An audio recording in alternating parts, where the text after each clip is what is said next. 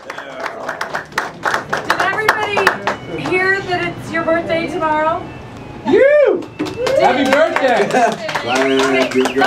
Never mind how many. Those of you that were here when I told you he was going to turn 21 and pretend I didn't tell you that, but does anybody who doesn't know already know how old Lee is going to be tomorrow? Because if not, wait. In 30 seconds, she'll tell you. I thought you were going to say foolish questions. Yeah, right. We should have a tonight. Jack Benny and I are the same age, 39. I think maybe tonight we'll have a drawing and you can guess Lee's age. Put your name, telephone number on it, guess Lee's age, and we'll do a gift card for you or something. See who wins. You made me forget what I was going to do next. It may be just as well, you never know. Oh, I know what it was. When we came out to do the festival, we were unloading up by a church, which would remind me, a number of weeks ago, a good friend of mine who lives up in Silver Plume. For those of you not entirely familiar with Colorado, that's just above Georgetown. One hell of a 2-mile climb up the road, believe me.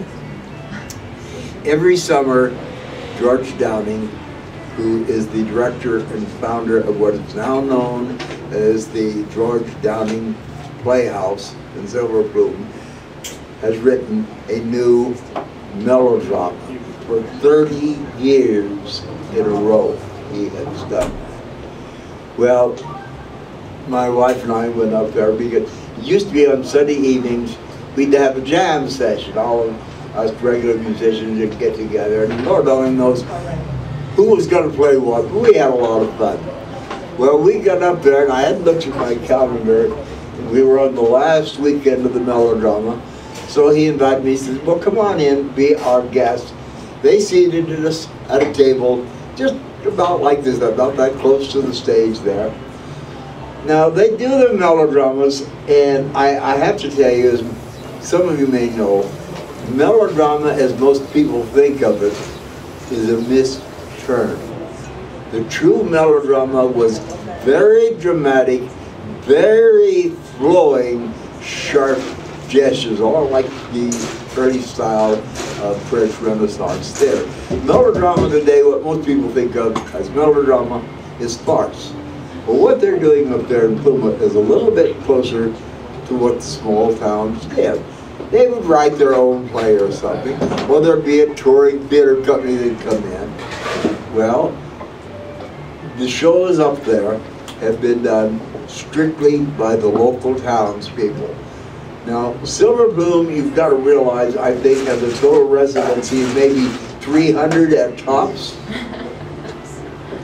I mean, we're including in the cast of players the mayor, the town clerk, the city marshal, all of these sorts of things. The dog catcher. Okay. In between scenes in the old theater days, they would have what they called entr'actes, which literally means it was a piece done in front of the main curtain. While the main curtain was down, they were busily behind that curtain, changing the stage for the next scene. And they, for their entr'actes, use the local villagers. We may have some, when we were up there this year, there was a little 9-year-old tap dancer who did Chim Chim Tree. And, you know, strictly small town, it's delightful. You're not going to find it any place else. Well, I'm sitting there trying to introduce them to the audience. Okay, that's fine, the operator up here.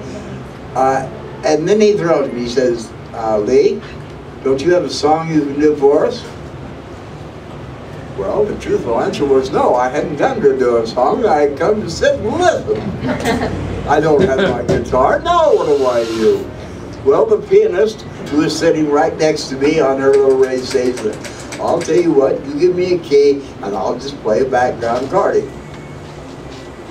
And somewhere out of a very dim memory came this next song that I probably hadn't done for at least 20 years or more. I learned it from Phil Harris, and it is an old vaudeville tune from, I really don't know exactly when it was written. But it goes something, I hope, like this. Well, now the preacher went a-hunting upon a Sunday morning. Of course it wasn't good to see Reagan. Took his gun along. He shot himself mighty wine quail and what old measly hair.